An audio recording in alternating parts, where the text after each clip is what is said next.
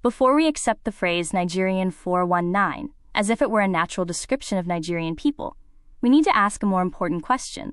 How did the name of a section of Nigerian criminal law become an international identity? 419 refers to a section of Nigeria's criminal code dealing with obtaining property by false pretense. The term eventually became associated internationally with advance fee fraud, particularly the famous letters and emails promising victims access to enormous sums of money. But here is where the story becomes more complicated. The history of Nigerian fraud did not begin with the internet. Historical research has documented fraud, forgery, confidence schemes, and impersonation during the Nigerian Civil War, including in Biafra. Scholars have argued that these wartime practices contributed to the later development of what became known as 419. Then came the perfect storm: economic hardship, political instability, expanding international communications, and eventually the internet. And suddenly, a crime that had once required letters and physical communication could reach thousands of people around the world with almost no cost. The rest is history. But something else happened. A criminal technique became a national stereotype. The FBI itself still uses the term Nigerian letter, or 419 scheme, when describing a particular form of advance fee fraud. That terminology is understandable from a law enforcement perspective. But culturally, something much larger happened. 419 stopped describing a crime and started describing an imagined Nigerian character. That is the distinction this series wants us to examine. We should absolutely condemn fraud. Nigerians who commit it should be prosecuted. Victims deserve justice. But we must also ask, when does describing a crime become stereotyping a people? Because Nigeria is not 419. And 419 is certainly not 230 million Nigerians. The question is not whether Nigerian fraud existed. It did. The question is, why did it become one of the strongest national criminal stereotypes in the world? That is the history we need. Before we continue, it is important to understand the mission behind Griot Wave Academy. This platform was created to preserve knowledge, culture, music, and stories that often go unheard or are forgotten. Griot Wave is not just about content. It is about building independent systems of learning, creativity, and empowerment.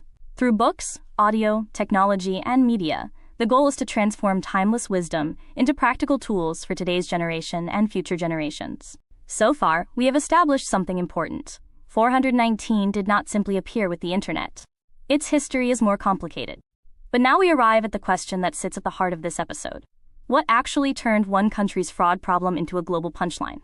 And this is where we need to slow down. The evidence shows that fraud and deception associated with what later became known as 419 have a deeper history in Nigeria.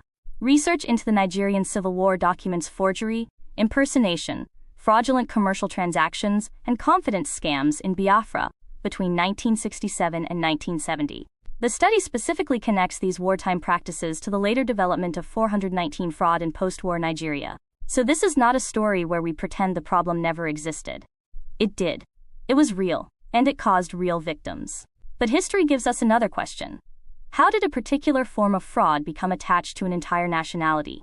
The number 419 refers to the Nigerian Criminal Code provision associated with obtaining property by false pretense. Over time, however, the term escaped the courtroom. It moved into newspapers, popular culture, email inboxes, and eventually everyday language. The crime became a character, and the character became the Nigerian. That distinction matters, because when we say a Nigerian committed fraud, we are describing an individual. When the world begins saying Nigerians are fraudsters, we have crossed into stereotyping. And stereotypes are powerful, because they don't require every person to be guilty. They only require enough memorable examples to make the association feel true. That is the phenomenon we are investigating. Not, was there Nigerian fraud? Yes. But, why did Nigerian fraud become Nigeria's international identity? And perhaps the most uncomfortable question of all.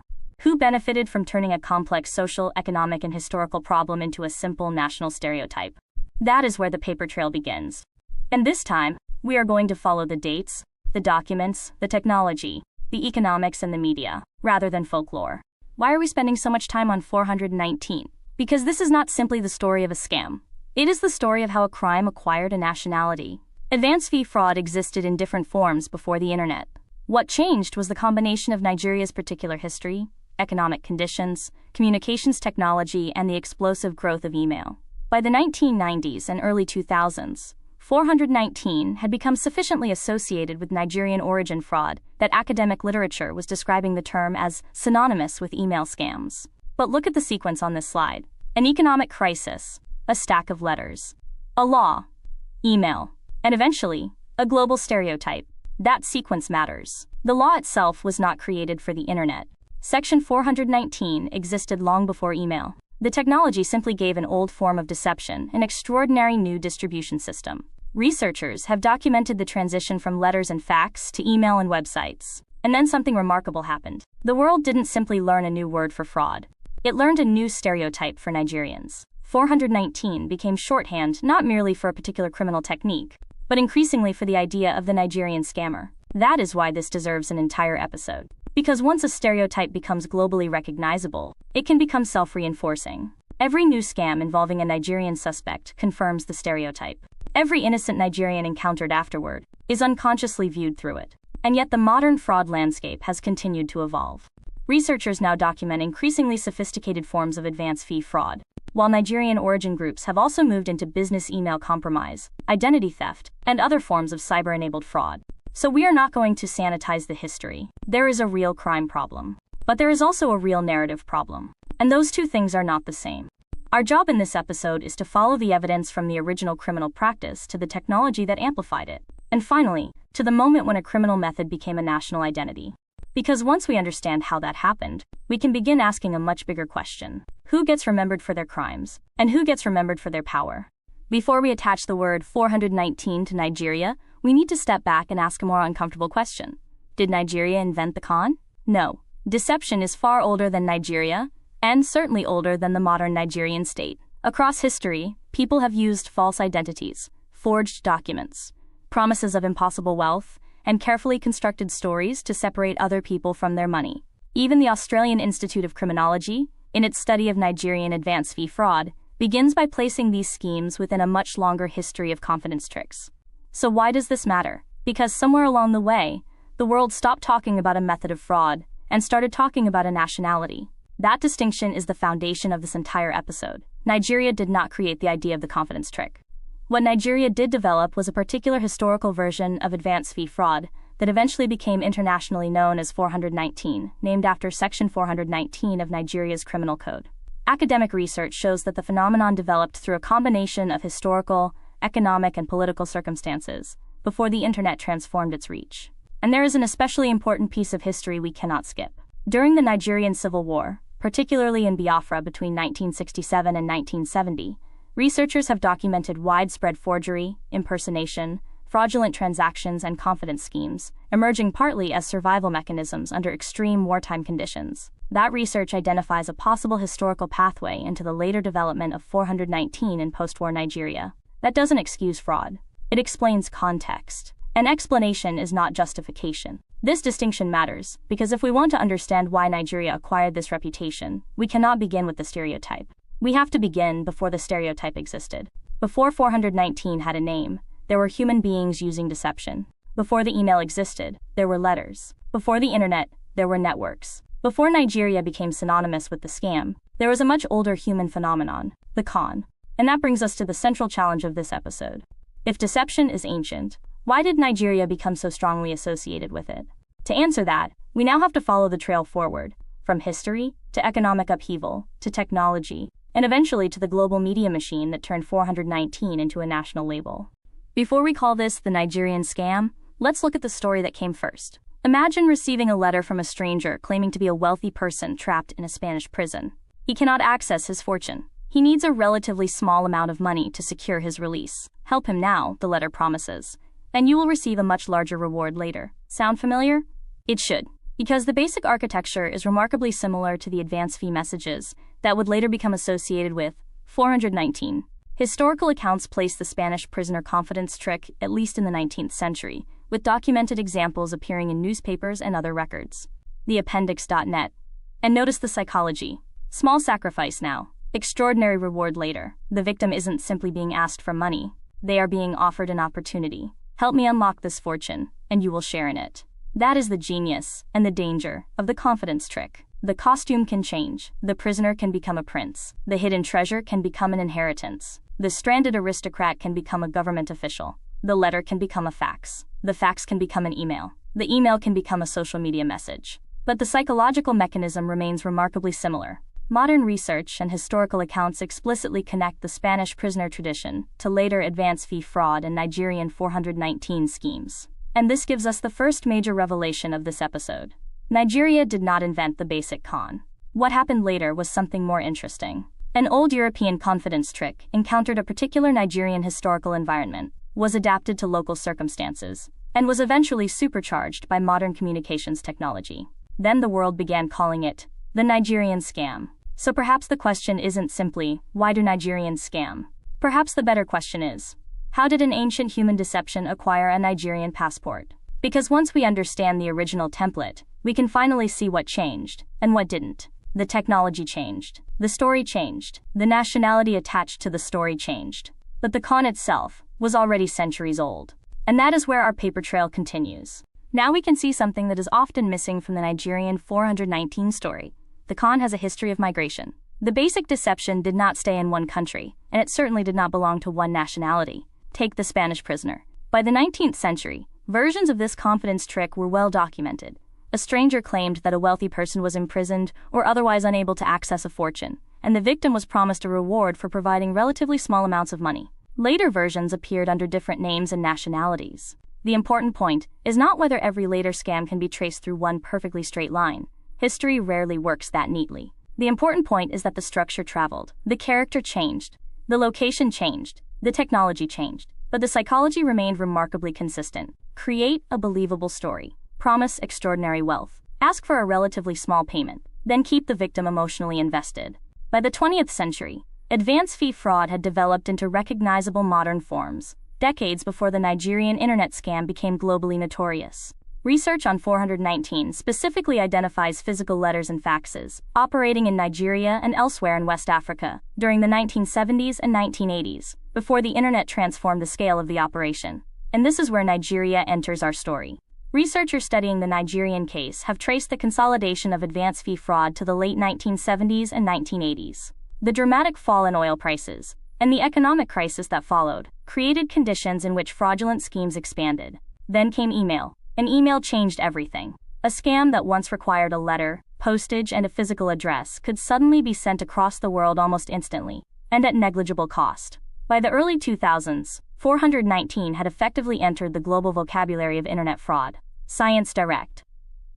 So look carefully at this timeline. It isn't a story of Nigeria inventing fraud. It is a story of an ancient human technique, traveling through different societies, adapting to different circumstances, and eventually becoming heavily associated with Nigeria. And that distinction is crucial. Because if the method traveled, why did the nationality stay? That is the question we are going to keep asking. The con went on a world tour. But somehow, when the cameras arrived, Nigeria was left holding the passport. Now we reach the point where the story changes. If the previous chapter showed us that the con itself was ancient, this chapter asks a different question. Why did advance fee fraud become so significant in Nigeria in the first place? The answer begins with something that, at first glance, has nothing to do with scams: oil. The 1970s transformed Nigeria's economy. Rising oil production and prices brought enormous foreign exchange earnings. By 1980, petroleum accounted for almost 30% of GDP and about 96% of Nigeria's exports. Nigeria's per capita income also rose dramatically during the oil boom. Lagos was at the center of this transformation. Money was flowing, businesses were expanding, imports were surging, government spending exploded. But there was another side to the boom. Nigeria became increasingly dependent on oil, while agriculture and other productive sectors weakened. The IMF later described the country as having moved rapidly from an agricultural economy into an oil-dominated one, leaving it dangerously exposed when oil prices collapsed. Then came the reversal. Oil prices fell. Foreign exchange earnings collapsed. By 1986, oil-related foreign exchange earnings had fallen dramatically from their 1980 level. Nigeria entered a severe economic crisis with rising debt, shortages of foreign exchange, and declining economic activity. And this is where our story intersects with 419. Researchers have traced the emergence of the modern wave of Nigerian advance fee fraud to the late 1970s, while later accounts connect its expansion to the economic collapse that followed the oil boom. But we need to be precise. Poverty did not create Nigerian fraud, and economic hardship does not excuse it. What economic crisis can do, however, is alter the incentives surrounding crime. When legitimate opportunities contract, foreign currency becomes scarce, and enormous inequalities become visible, some people begin looking for alternative ways to survive or become wealthy. And Lagos was a perfect environment for experimentation. It was commercially connected, internationally oriented, and increasingly linked to global communications. The crucial transition was therefore not: oil did not turn Nigerians into criminals. That would be an intellectually lazy explanation. It was: the oil boom transformed Nigeria's economy, but it also created a dangerous dependence on petroleum. When oil prices collapsed, the country entered a period of severe economic pressure. As legitimate opportunities contracted, some individuals adapted existing forms of fraud to the changing economic environment. The expansion of international communications then allowed these schemes to reach victims far beyond Nigeria, eventually transforming a localized form of fraud into a global phenomenon. That is a much more complicated and much more interesting story. Because the question now becomes, what happened when Lagos met the global postal system? Before email, before spam folders, before social media, there was paper. Narration. Here's the shock in one line. Nigerian oil revenue: about $100 million in 1965. $11 billion by 1979, after OPEC membership in 1971 and the 1973 Arab oil embargo roughly quadrupled global prices. Then $25 billion at the 1980 peak. And by 1983, back under $10 billion. That's not a gentle correction. That's a national economy losing more than half its dominant revenue source in 3 years, after building an entire decade of spending, hiring, and expectation on top of it. Now we need to understand what happened after the oil boom began to unravel, because this is where the economic conditions surrounding the later 419 phenomenon become much clearer. By the mid-1980s, Nigeria was facing a serious crisis. Oil revenues had fallen sharply, foreign debt obligations were rising, and the economy was struggling under the weight of years of oil dependence and economic distortions. The World Bank described the situation as an acute crisis driven by collapsing oil revenues and rising foreign debt service obligations. In 1986, the Babangida government introduced the Structural Adjustment Program, or SAP. Its purpose was not simply to make Nigerians poorer. The program was designed to restructure the economy, reduce dependence on oil and imports, liberalize trade and foreign exchange, and restore economic growth. But the transition was extremely disruptive. One of the most dramatic changes was the devaluation of the naira. In September 1986, the new foreign exchange auction system produced an immediate and substantial depreciation of the currency. The first auction represented roughly a 65% devaluation of the naira. That matters because currency devaluation doesn't exist on a spreadsheet alone. It reaches into people's lives. Imported goods became more expensive. Inflation accelerated. Businesses faced higher costs. Public sector employment was restructured. Manufacturing was disrupted. And the educated urban population increasingly faced a labor market that could not absorb everyone coming through universities and other institutions. But we should be careful here. We cannot simply say, SAP caused unemployment, and unemployment caused 419. The evidence is more complicated. In fact, IMF analysis found that overall recorded unemployment actually declined during parts of the SAP period, while employment expanded in some sectors, particularly agriculture. However, there was a significant mismatch between the skills of many unemployed graduates and the types of jobs being created. That distinction is crucial. The problem wasn't simply there were no jobs. It was increasingly, what kind of jobs were available? Where were they? What did they pay? And could they provide the social mobility that education had promised? This is the environment in which alternative economic strategies became more attractive to some people. Again, this does not excuse fraud. Most Nigerians experiencing economic hardship did not become criminals. Millions worked, migrated, created businesses, farmed, studied, and built families through extraordinarily difficult circumstances. But if we want to understand why certain forms of fraud expanded, we have to understand the economic incentives surrounding them. This story is therefore bigger than crime. It is a story about oil dependence, economic collapse, currency devaluation, structural adjustment, changing opportunities, and a generation being forced to rethink how it would survive and prosper. And that brings us to the next question.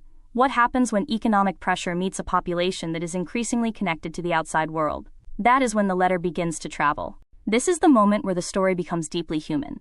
We have to be careful not to turn economic hardship into an excuse for criminality. Poverty does not make people criminals. Millions of Nigerians lived through the same crisis without defrauding anyone. But economic conditions can change the choices, incentives, and opportunities available to a generation. Research places the consolidation of Nigerian advance fee fraud in the late 1970s and 1980s against a backdrop of major economic and political upheaval. And then there was something particularly important about the people entering this environment. Education was expanding. Young Nigerians were increasingly educated, ambitious, and internationally connected. But the economy could not necessarily provide the professional opportunities that those qualifications created expectations for. So imagine being young, educated, and ambitious in Lagos. You have qualifications, You understand how the international economy works. You can communicate in English. You know that enormous wealth exists elsewhere in the world, but your local economy is struggling. Now add something else. Access to communication technology. Before the internet, Nigerian advance fee schemes were already being transmitted through physical letters, telex, and fax. Researchers have specifically documented the importance of letters and faxes in the 1970s and 1980s. That means the internet did not create the Nigerian scam. It created an extraordinary distribution system for something that already existed. And this is the pivot point. An old confidence trick encountered a new generation, a difficult economic environment, and increasingly powerful communications technology. That combination allowed the practice to scale. But even here, we need to resist the temptation to simplify. The story is not, Nigeria became poor, therefore Nigerians became scammers. That is false. Before the inbox came the mailbox.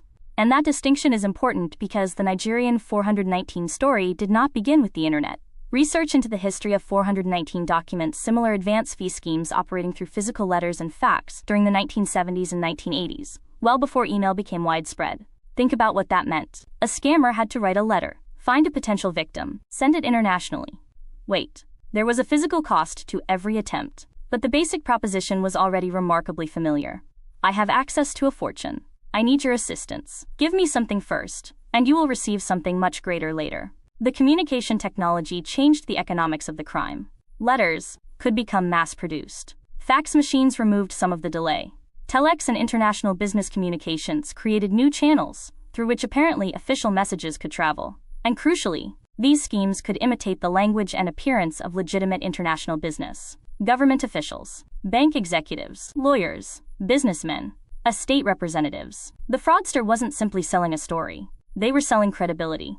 By the time American financial authorities were issuing formal warnings around the turn of the millennium, the schemes were still arriving by mail and fax, alongside the rapidly expanding email version. The FDIC described them as international advance fee schemes, promising recipients substantial wealth in exchange for relatively simple actions.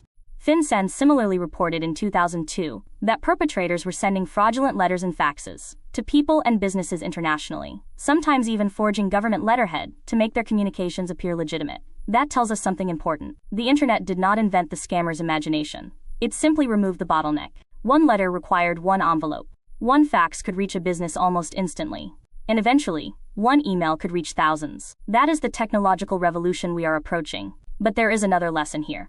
When we hear the phrase Nigerian scam, we tend to imagine an internet phenomenon. Historically, that is incomplete. The internet was the accelerator, not the original engine. The underlying method was already operating through older communications networks, and researchers describe strong historical links between Nigerian 419 activity and physical letters and faxes in the 1970s and 1980s. So the question now becomes much more interesting. What happens when you take a fraud that once required a stamp, an envelope, and patience, and give it the internet? The answer would change the reputation of an entire country. The inbox was about to arrive. Before we talk about the internet, we need to understand something important. The scam already had a working business model. The technology was primitive by today's standards, but the underlying psychology was sophisticated. It often began with a physical letter, sometimes designed to look convincingly official. The sender might present themselves as a government official, businessman, banker, or intermediary, with access to a large sum of money. Researchers have documented Nigerian advance fee schemes being conducted through physical correspondence and fax during the 1970s and 1980s. Then came the follow-up. A victim who responded could be contacted by fax or other faster communications. The additional communication created something psychologically powerful: momentum. The victim had already responded. They had invested time. The story now appeared to be progressing. And then came the money. Not necessarily the millions promised in the original letter. Instead, the victim might be asked for a relatively small payment, a processing charge, legal expense, transfer cost, tax, or other supposed administrative fee. Once that payment was made, another obstacle could appear. And another fee. And another. That is the essence of advance fee fraud. Persuade someone that a much larger financial reward is coming, but require them to provide money first. What is striking is how little the underlying mechanism has changed. The Spanish prisoner had its imprisoned nobleman. The 1970s and 1980s version could have its government official or businessman. The email era would produce the Nigerian prince. Different characters. Same psychological architecture. And the scammers understood something fundamental about communications technology. Credibility matters. A convincing letterhead, an official-looking stamp, a government title, a bank reference, or a formal fax could make an implausible story appear more legitimate to someone receiving it thousands of miles away. U.S. financial crime authorities were still documenting fraudulent Nigerian letters and faxes decades later, including schemes using forged government letterhead and demands for fees connected to supposed money transfers. So when we eventually arrive at email, remember this. Email did not invent the scam. It removed the cost, distance, and delay. One letter required postage. A fax could reach a target much faster.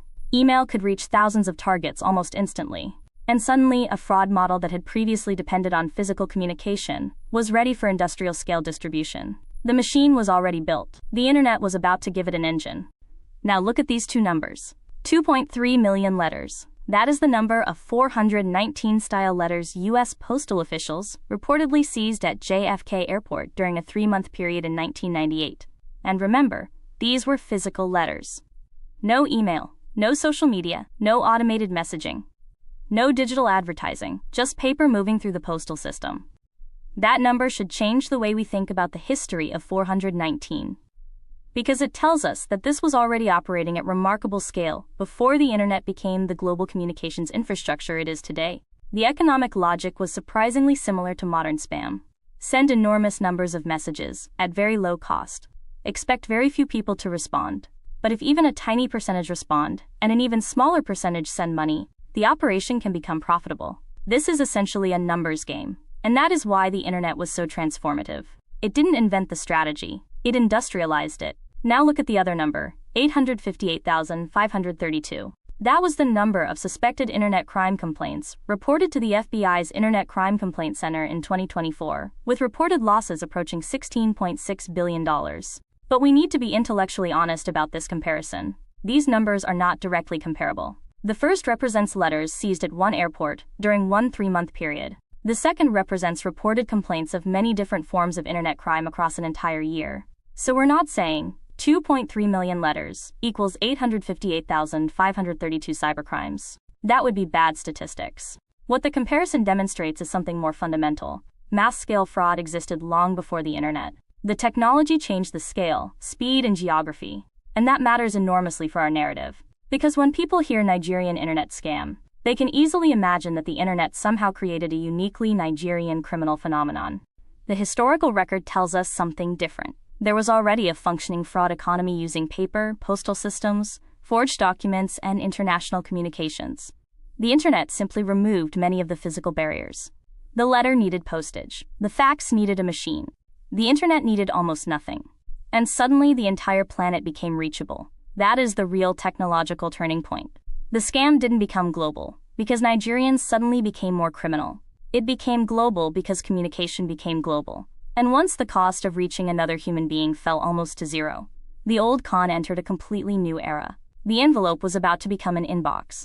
There is a fascinating detail hidden in the number 419. Most people hear 419 and immediately think of internet fraud. But the number did not originate with the internet, email, or even the modern Nigerian scam. Section 419 was already part of Nigeria's criminal code when the code came into force on the 1st of June 1916. The provision dealt with obtaining property by false pretenses with intent to defraud. And that creates an important historical distinction. The law came first. The international stereotype came much later. The slide says the law was derived from England's Larceny Act of 1916, but that needs correcting.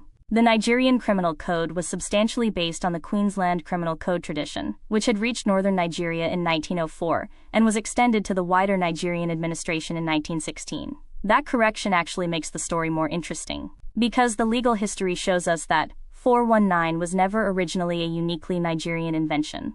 It was part of a colonial-era codification of criminal law. Section 419 itself is remarkably straightforward.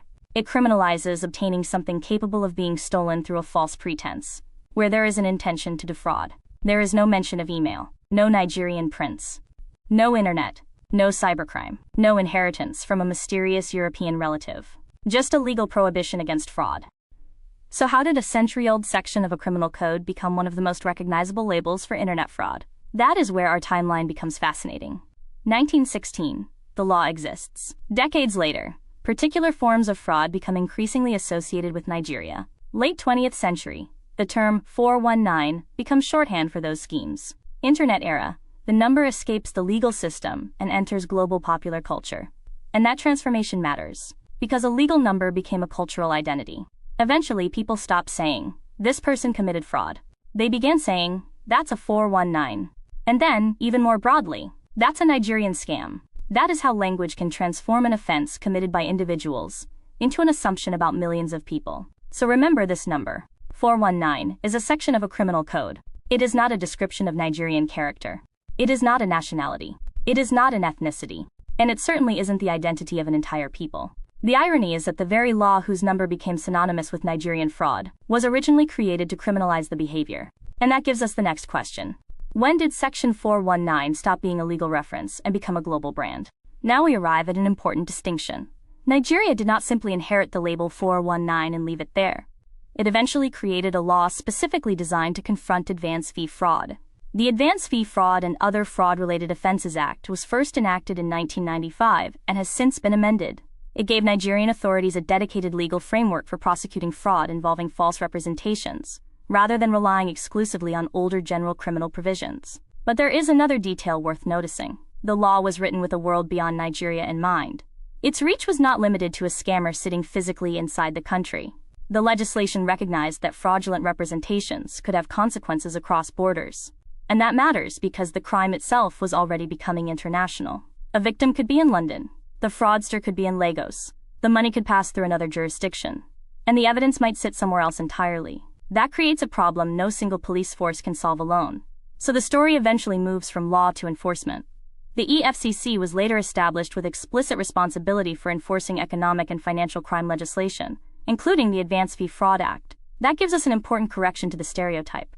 The Nigerian state did not simply ignore the problem. It built institutions to fight it. Those institutions have prosecuted cases ranging from relatively small false pretense schemes to major financial frauds. So the question is no longer simply, why does 419 exist? The more interesting question is, what happens when a country that has become associated with a particular crime builds an entire legal and institutional response to combat it? That is where the story gets much more complicated and much more interesting. If you are serious about Africa's future, you must also become serious about personal growth, execution, discipline, entrepreneurship, and building. Knowledge without implementation changes nothing. That is exactly why I'm building the Griot Wave Inner Circle, an execution-focused community for builders, creators, entrepreneurs, and purpose-driven individuals. A space focused on accountability, implementation, entrepreneurship, transformation, AI and digital leverage, community, and real progress. Weekly live sessions, execution systems, focused builders, real conversations, real growth. If you are tired of consuming endlessly and ready to start building intentionally, scan the QR code or use the link below to join the early interest list. Stop consuming, start building. Don't build alone.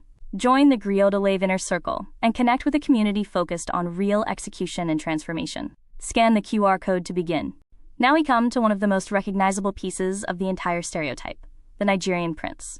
Why a prince? Why not a businessman? Why not a banker? Why not a lawyer? The answer is more interesting than the joke suggests. First, we need to separate the real institution from the fictional character. Nigeria genuinely has traditional ruling institutions: obas, emirs, chiefs, and other traditional authorities. These institutions survived the transition from colonial rule to independence, and continue to carry cultural and, in some contexts, significant social and political influence. Their constitutional position is complicated, however. Nigeria's 1999 constitution does not expressly establish a general constitutional role for traditional rulers. So a Nigerian prince was not a completely meaningless invention. There really are Nigerian royal and traditional families, and members of those families can legitimately use titles associated with their traditional institutions. But here is where the scam becomes clever. The fraudster takes something real and places it inside a completely fictional story. A prince, a dead father, an enormous inheritance, a fortune trapped in a bank account, a desperate need for assistance, and, of course, the promise that the person reading the message will receive a share. Academic research on the evolution of the Nigerian prince scam shows how this particular persona became a distinctive variant of advance fee fraud, and how it evolved alongside changing social and technological conditions. But there is another psychological layer. The word prince immediately communicates wealth, privilege, inheritance, and access to hidden fortunes. It requires almost no explanation. And to an audience unfamiliar with Nigeria's actual political and cultural institutions, the title could sound exotic enough to make the story feel plausible, while remaining distant enough to be difficult to verify. That is the genius of the persona. It combines familiarity and mystery. The victim recognizes what a prince is supposed to represent, but knows little about the actual person supposedly behind the story. And eventually, something extraordinary happened. The character became bigger than the scam. Nigerian prince became a cultural shorthand for fraud itself. Scholarship describes 419 as becoming strongly associated with Nigeria during the 1990s, while the email era amplified the association globally. But remember what we established earlier. The con is ancient. The technology is international. The psychology is universal. What changed was the costume. And eventually, the costume became a stereotype. So the irony is this. A genuine Nigerian institution was transformed into a fictional criminal persona, and that fictional persona helped shape how millions of real Nigerians were perceived. The prince was never the problem. The problem was what the world eventually decided the prince represented. This may be one of the most counterintuitive findings in the entire episode. Look at the email on your screen. It is ridiculous. A prince needs your help. Millions of dollars are supposedly trapped somewhere. You are promised a fortune for providing a relatively small amount of assistance. So here is the obvious question. If the email is so easy to recognize as a scam, why would anyone still send it? In 2012, Microsoft researcher Cormac Hurley asked exactly that question. His research produced a fascinating answer. The absurdity can actually be part of the business model. Think about what happens after someone responds. The scammer has to spend time communicating with that person. There may be dozens of messages, explanations, requests for documents, telephone calls, and attempts to persuade the target to send money. That creates a problem. Not every person who responds is worth pursuing. Some will immediately recognize the fraud. Others will waste the scammer's time, ask too many questions, or abandon the conversation before paying anything. Hurley's insight was that an intentionally implausible opening message can act as a filter. The outrageous story repels the skeptical majority. But the tiny minority who respond, despite the obvious warning signs, may be disproportionately likely to continue engaging. In economic terms, the scammer is trying to reduce false positives, people who respond but are unlikely to become profitable victims. Hurley's model shows that when viable victims are extremely rare, even a dramatic reduction in wasted interactions can make a major difference to profitability. Microsoft. And that changes how we should interpret the famous Nigerian prince email. We often look at it and think, this person must be stupid. Nobody would believe this. Hurley's research suggests a different interpretation. Maybe you are never the intended target. The email may be designed to make you reject it. It is trying to find someone else. That is a powerful lesson about modern fraud. An effective scam does not necessarily need to convince everyone. It only needs to find the small percentage of people who will continue. And this is where our narrative becomes even more interesting. Because the infamous Nigerian prince email wasn't necessarily evidence of poor intelligence or poor writing. It could represent economic optimization. A deliberately ridiculous story can become a targeting mechanism. The scammer spends almost nothing sending the initial message and reserves the expensive human effort for the people who respond. So when you laugh at the next obviously fake email, remember, the absurdity may be the filter. And that gives us another important distinction in this series. We are not studying stupid criminals. We are studying criminal markets and the incentives that make particular strategies profitable. That takes us beyond the stereotype and straight into the economics of crime. This is the moment when the economics of the scam are transformed. The con itself hasn't fundamentally changed. The promise is still there. Give me something now, and I will give you something much bigger later. What changes is the cost of reaching the victim. A letter requires paper, printing, postage, an address, and time. A fax requires equipment and a connection. Email requires almost none of those things. And suddenly, geography stops being a serious barrier. A message written in Lagos can arrive in London, New York, Amsterdam, or Sydney almost instantly. A scammer no longer has to decide whether a particular letter is worth the postage. They can reach enormous numbers of potential victims at negligible marginal cost. That changes the entire economics of fraud. Microsoft's research has described advance fee fraud as an established form of online deception, while academic research documents how 419 became embedded in the vocabulary of email scams. And remember what we discovered earlier about the apparently ridiculous messages. The scammer doesn't need everyone to believe the story. They need somebody to respond. The internet makes that possible at extraordinary scale. One person can send thousands of messages. Most recipients will delete them. Some will respond. A much smaller number may continue communicating. An even smaller number may eventually lose money. From the criminal's perspective, the cost of the initial contact can be tiny compared with the potential return. That is why email didn't merely make 419 faster. It changed the underlying economics, and this is also where the Nigerian stereotype becomes globally amplified. The phrase, Nigerian scam, became so closely associated with advance fee emails that even Microsoft described 419 as one of the common names for this form of online fraud. But there is an important irony. The same internet that made Nigerian origin fraud more visible also created an enormous, global ecosystem of fraud that has nothing specifically Nigerian about it. Look at the modern numbers. In 2024, the FBI's Internet Crime Complaint Center recorded 859,532 complaints of suspected internet crime, with reported losses exceeding $16.6 billion. The leading categories included phishing and spoofing, extortion, and personal data breaches. That is the world we live in now. Fraud has become global, industrial, and technologically adaptable. So we need to retire the idea that internet fraud is somehow a uniquely Nigerian invention. Nigeria has a documented history with 419. That history should be confronted honestly. But the technology that transformed it is universal. Email did not give Nigerians a monopoly on deception. It gave the entire world a cheaper way to deceive. And that distinction is essential to understanding what happened next. Because once the inbox became the battlefield, the Nigerian scam stopped being merely a Nigerian story. It became part of the birth of the global cybercrime economy. This is the real technological revolution in our story. The internet did not invent advance fee fraud.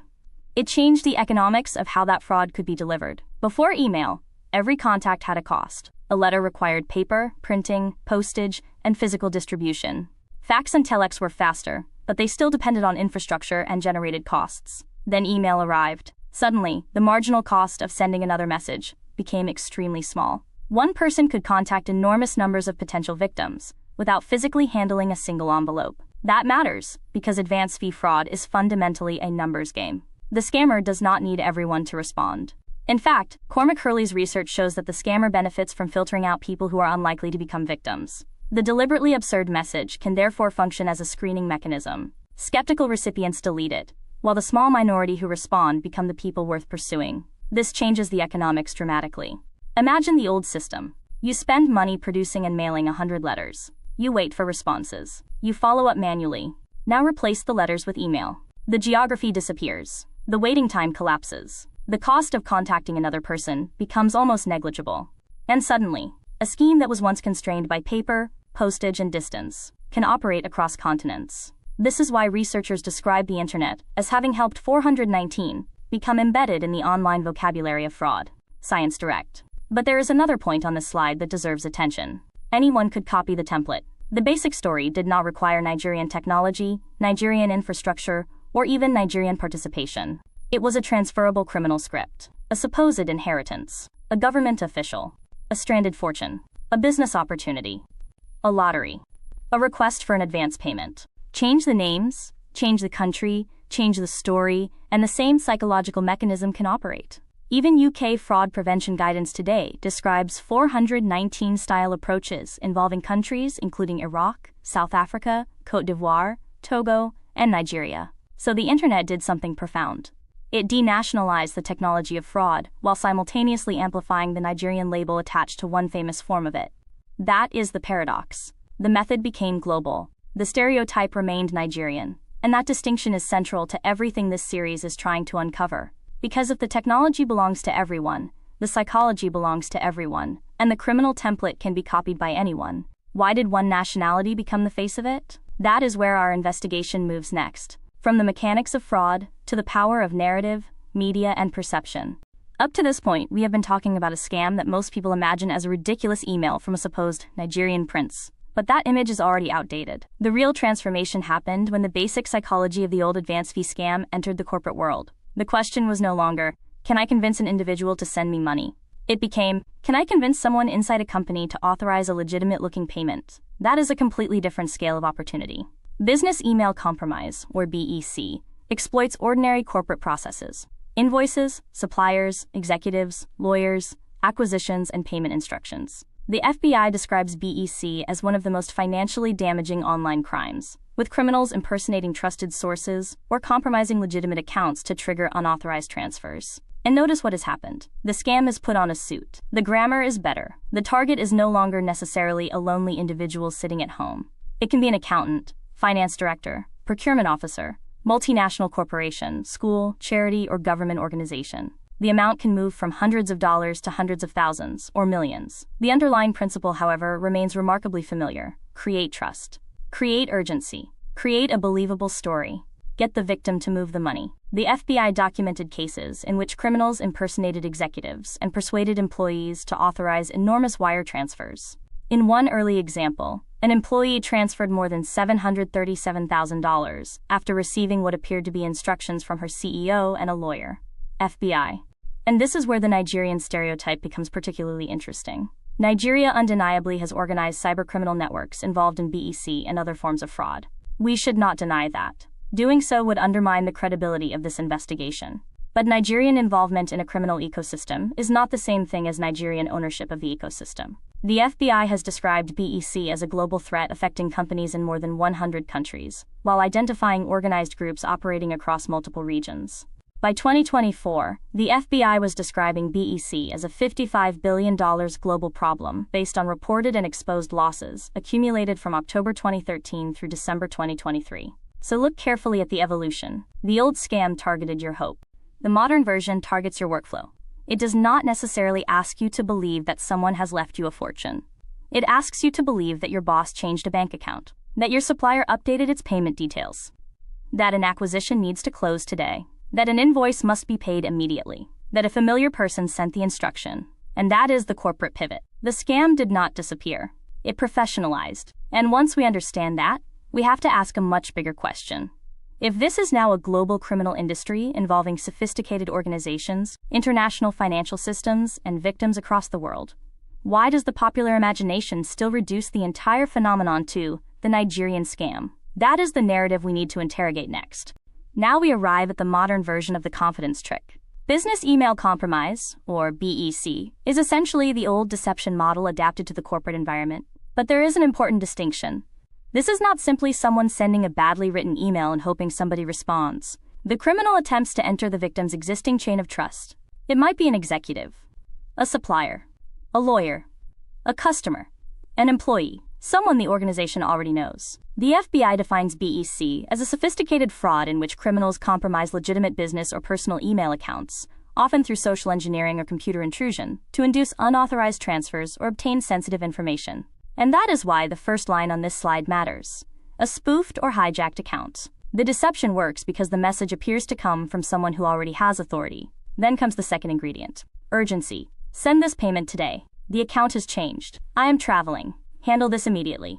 Don't delay the transaction. The request does not necessarily look extraordinary. In fact, the most effective BEC attempts often resemble ordinary business activity. The FBI has documented schemes involving executives, vendors, suppliers, lawyers, and other trusted parties. And then comes the third stage. The money moves. Once a victim authorizes the transaction, the funds can move rapidly through multiple accounts and jurisdictions, making recovery difficult. This is where the phrase, "follow the money," becomes important. We should stop thinking about cyber fraud simply as an email problem. It is actually a financial infrastructure problem. The email is merely the front door. The real objective is access to money. And the scale is enormous. The FBI's 2024 reporting recorded more than $2.77 billion in reported BEC losses in the United States alone during 2024. That tells us something important about the evolution of the crime. This is no longer the stereotypical Nigerian prince asking an individual for a few $100s. It can involve sophisticated impersonation, compromised accounts, corporate payment systems, and international financial transfers. And there is an uncomfortable irony here. The more sophisticated the corporate environment becomes, the more valuable trust becomes. Companies have created elaborate systems for moving enormous amounts of money quickly. Criminals study those systems. They don't necessarily need to break the bank. Sometimes they simply need to convince one employee that a legitimate-looking instruction came from the right person. That is the corporate pivot. The old con artist asked, "Will you trust me?" The modern BEC criminal asks, "Will you trust a person you already trust?"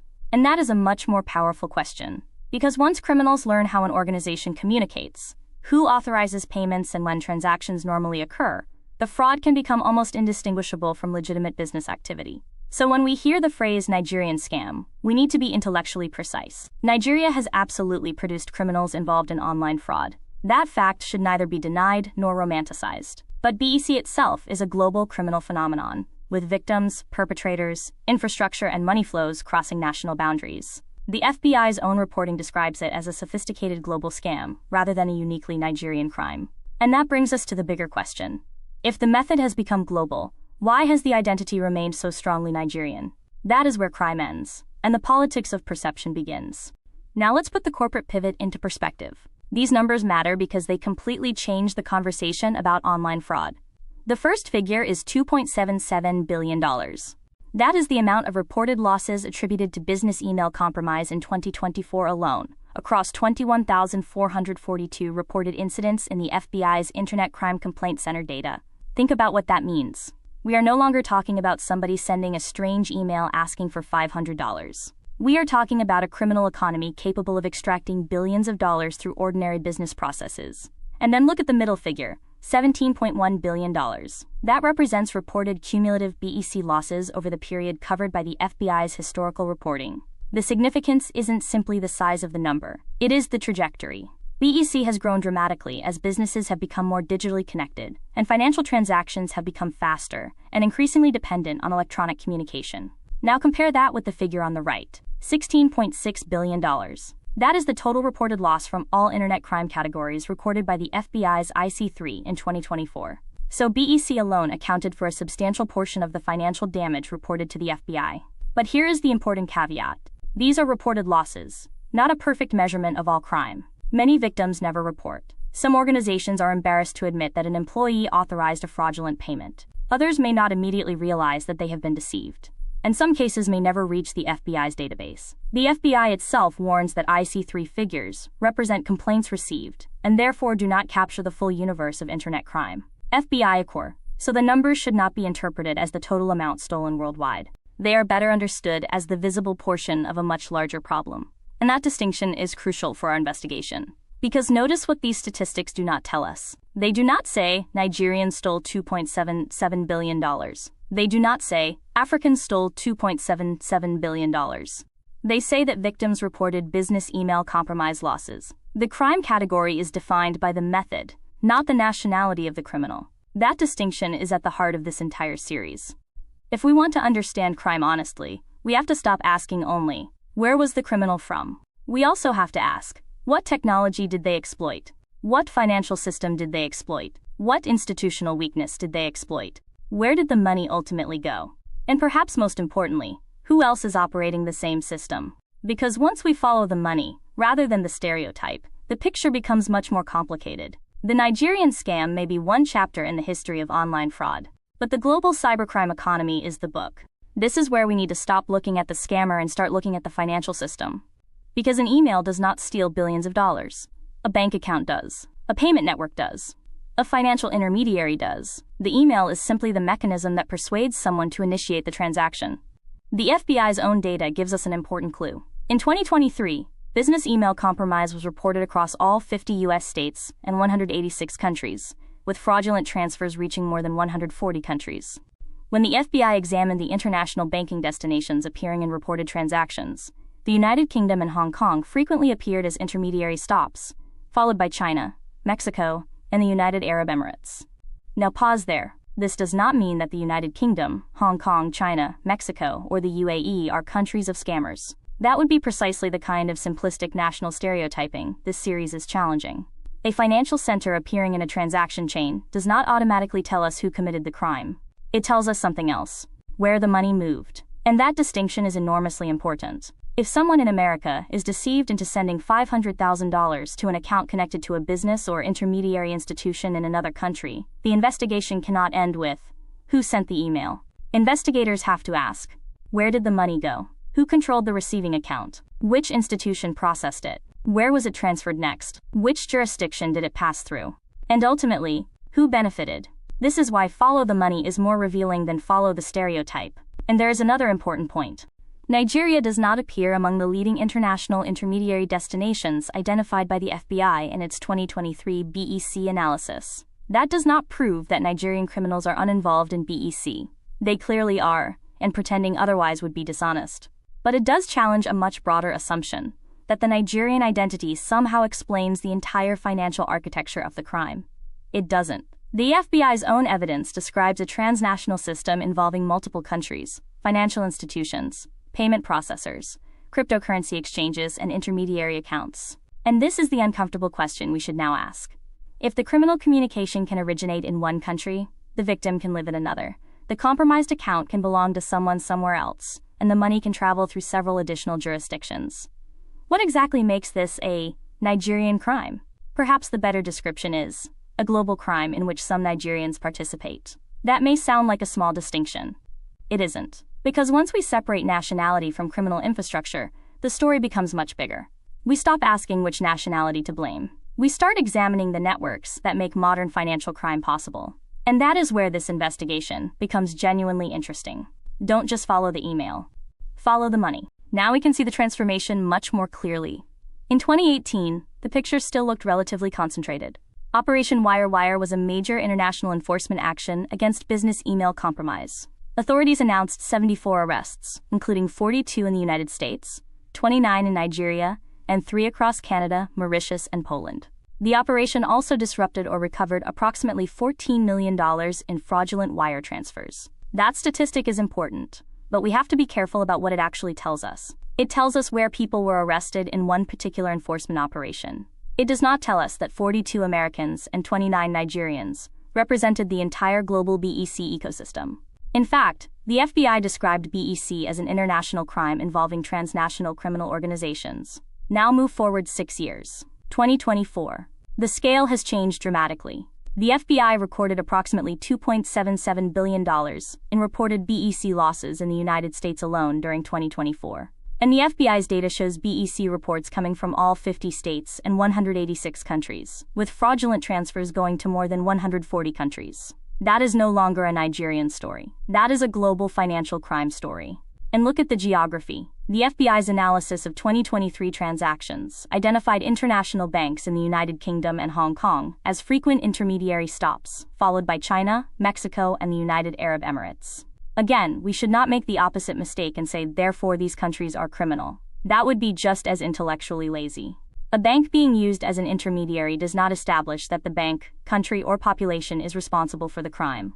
What it demonstrates is something much more interesting. The infrastructure of modern fraud is international. The person sending the deception may be somewhere else. The victim may be on another continent. The compromised account may belong to somebody in a third country.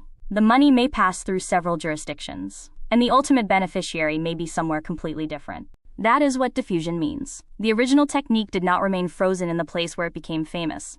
It spread. It was copied. It was adapted. It was professionalized. And eventually, it became part of a much larger global cybercrime economy. There is also another uncomfortable lesson here. The Nigerian connection is real. Nigerian criminal networks have participated in BEC, and the FBI has repeatedly prosecuted such cases. We should never erase those facts, simply because they complicate the narrative we want to tell. But there is a difference between saying some Nigerian criminal networks participate in this crime and saying this is what Nigerians do. Those are completely different propositions. The first is an evidence-based statement about criminal networks. The second is a stereotype about more than 200 million people. And this slide gives us the evidence to challenge that leap. 6 years after Operation Wire, the problem had become larger, more geographically dispersed, and more financially sophisticated. The stereotype stayed remarkably simple. The crime did not. So perhaps the real story is not Nigeria invented internet fraud. The more defensible story is an old form of deception became digitized, industrialized, and globalized, and Nigeria became disproportionately associated with one chapter of that much larger history. And now we have to ask the question that sits underneath this entire series. How did that association become so powerful that a criminal technique became a national identity? This is the part of the story that often disappears when the stereotype takes over. Nigeria is not simply a country where internet fraud happens. Nigeria is also one of the countries fighting it. And that distinction matters. If we are going to be honest about the problem, we have to acknowledge both sides. Nigerian criminal networks have participated in international fraud, but Nigerian institutions have also become increasingly involved in identifying, arresting, and prosecuting those networks. Look at Operation Wire in 2018. The operation was coordinated by U.S. authorities with international partners, including Nigeria's Economic and Financial Crimes Commission, the EFCC. It resulted in 74 arrests internationally, including 29 in Nigeria, and helped disrupt or recover approximately $14 million in fraudulent wire transfers. FBI. Then came Operation Rewired in 2019. This was even larger. The FBI-led operation produced 281 arrests worldwide, including arrests in Nigeria, the United States, Turkey, Ghana, France, Italy, Japan, Kenya, Malaysia, and the United Kingdom. Authorities seized nearly $3.7 million and disrupted or recovered approximately $118 million in fraudulent transfers. FBI. Think about what that tells us. The crime was already international, and the response had to become international too. Then, in 2022, Operation Eagle Sweep again demonstrated the same reality. The operation resulted in 65 arrests across the United States and overseas, including 12 in Nigeria. And investigators uncovered an international money laundering network that moved at least $4.5 million in fraud proceeds from the United States toward Nigeria. FBI. So Nigeria is not standing outside this fight looking in. Nigeria is inside the fight. And there is something else worth noticing. The FBI itself describes the criminal organizations involved as transnational. In other words, the investigators are not treating this as a crime that belongs neatly to one nationality. They are following networks, people, accounts, money, communications, jurisdictions. That is exactly how we should understand the problem. But there is a deeper lesson here. This slide is important because it changes the direction of the story. Up to this point, we have been tracing how fraud evolved, how Nigeria became associated with the 419 label, and how that label eventually became attached to an entire country. But here is the part that often gets left out. Nigeria did not simply inherit the problem. It built institutions to fight it. The Economic and Financial Crimes Commission, or EFCC, was established in 2003, following a period in which Nigeria faced intense international scrutiny over money laundering and financial crime.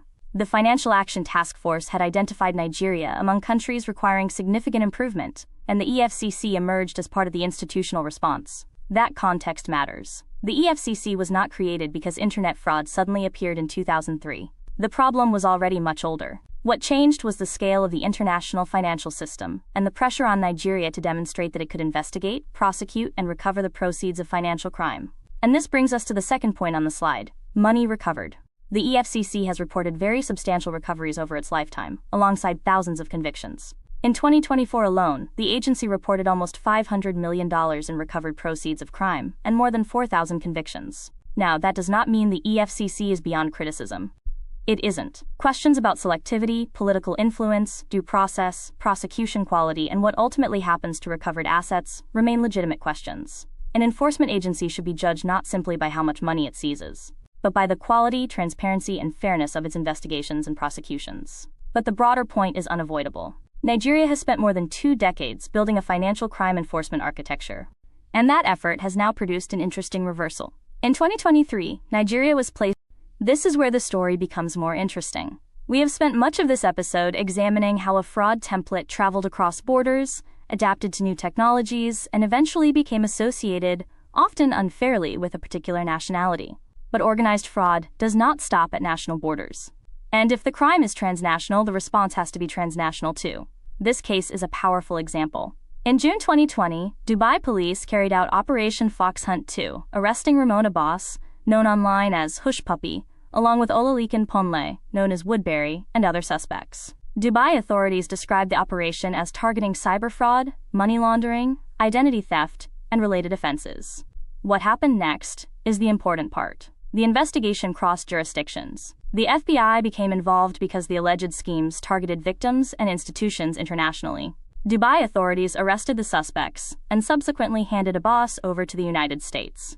Nigeria's EFCC also said it was investigating a boss and working with the FBI on victims and other Nigerian-linked suspects. That is what effective enforcement against modern financial crime looks like. One country identifies the suspect. Another provides evidence. Another investigates associated networks. Another prosecutes. The geography of the crime becomes the geography of the investigation. And there's an important lesson here about the word Nigerian. Yes, the principal defendant in this case was Nigerian. That is a fact. But the case itself demonstrates why reducing the story to Nigerian fraud is analytically inadequate. The victims were international. The infrastructure was international. The money moved internationally. The investigation was international. And ultimately, the prosecution was international. The boss pleaded guilty in the United States and was sentenced in November 2022 to 135 months, more than 11 years, in federal prison, with restitution ordered to victims. U.S. prosecutors described the schemes as involving tens of millions of dollars in illicit proceeds. So this isn't a story about one nationality committing a uniquely national crime. It is a story about globalized crime meeting globalized law enforcement. And that distinction matters, because once we understand that, the stereotype starts to break down. The real question is no longer, why do Nigerians do this? The better question is, how did an old fraud template become part of a global criminal economy, and how do countries work together to dismantle it? That is a much bigger story. Let's pause here and put the entire argument together. Because if you have followed the story from the beginning, one thing should now be clear. The phrase, Nigerian 419 inches, describes the final form of a much longer story. The underlying mechanism is advance fee fraud. Convince someone that a much larger financial reward exists, create a reason they must pay something first, and then keep the victim engaged through successive requests. The EFCC itself defines 419 in precisely these terms, and traces the name to Section 419 of Nigeria's Criminal Code. But the mechanism did not suddenly appear with the internet, or even with Nigeria. The historical template we examined earlier, stories involving imprisoned nobles, hidden fortunes and requests for money to unlock a much larger reward, predates modern Nigeria by generations. What changed was the environment in which that template operated. Then came the crucial turning point, Nigeria's economic crisis of the 1980s. A collapsing economy, unemployment and shrinking opportunities created conditions in which an existing fraud technique could be adapted and industrialized. Research on the development of advance fee fraud in Nigeria specifically traces its consolidation to the mid-1980s and describes how traditional schemes were subsequently adapted to new media. Then there is the detail that completely changes how we understand the name. 419 was not invented as a nickname for Nigerians. It is a reference to a section of Nigerian criminal law concerning obtaining property by false pretense. The law existed before the international stereotype developed around it. Nigeria later enacted dedicated advance fee fraud legislation in 1995, expanding the legal response to the problem. Then technology arrived. Letters became fax. Fax became email. Email became the internet. And eventually the same underlying logic migrated into business email compromise, social media, romance fraud, investment scams, and countless other digital forms. The technology changed dramatically. The psychology barely changed at all. And finally, Nigeria's response evolved as well. The EFCC was established in the early 2000s as a dedicated institution for economic and financial crime, including advance fee fraud and money laundering. Its creation represented a significant expansion of Nigeria's institutional response. So the complete timeline is not, Nigeria invented 419 and the world suffered. It is much more complicated. An old fraud mechanism existed. Economic conditions helped it scale in a particular place. Nigerian law gave it the number 419. New communications technology gave it global reach. And eventually, international law enforcement and Nigerian institutions began building systems to fight it. That distinction matters, because a criminal technique is not the same thing as a people. The stereotype compressed a complicated history into a single nationality. This episode has been about unpacking that compression. And once we do that, the question changes. We are no longer asking, why are Nigerians associated with this scam? We can ask the much more useful question. How did a centuries-old fraud mechanism become global? And why did one country's name become attached to it? This final slide is here for one reason. The argument in this episode is not built on folklore, social media claims, or a convenient narrative. It is built on a paper trail. We have drawn from historical accounts of the Spanish prisoner and related confidence tricks, economic history research examining Nigeria's oil boom and subsequent crisis, Nigerian legislation, Microsoft research, U.S. law enforcement records, FBI cybercrime data, FATF material, and EFCC documentation. One source deserves particular attention. Cormac Hurley's 2012 Microsoft research paper, Why Do Nigerian Scammers Say They Are From Nigeria? His finding is counterintuitive. The obviousness of the Nigerian prince story can actually make it more effective, because it filters out skeptical recipients and concentrates the scammer's effort on people more likely to continue. That insight helps explain something we have seen throughout this episode. The scam is not simply a badly written story. It is an economic system built around targeting, filtering, and conversion. The other sources allow us to put that psychology into historical context, showing how old fraud techniques interacted with economic disruption, communications technology, legislation, and eventually global financial networks. And that is ultimately what the paper trail gives us. It allows us to separate what we know from what we assume. It allows us to challenge the stereotype without pretending that the underlying criminal activity does not exist. And it allows us to tell a more uncomfortable but more accurate story. Nigeria has a real history of financial fraud. But the history of the fraud is considerably older, larger, and more international than the label suggests. The evidence does not erase Nigerian responsibility. It does something more useful. It puts responsibility back into proportion and replaces a stereotype with history.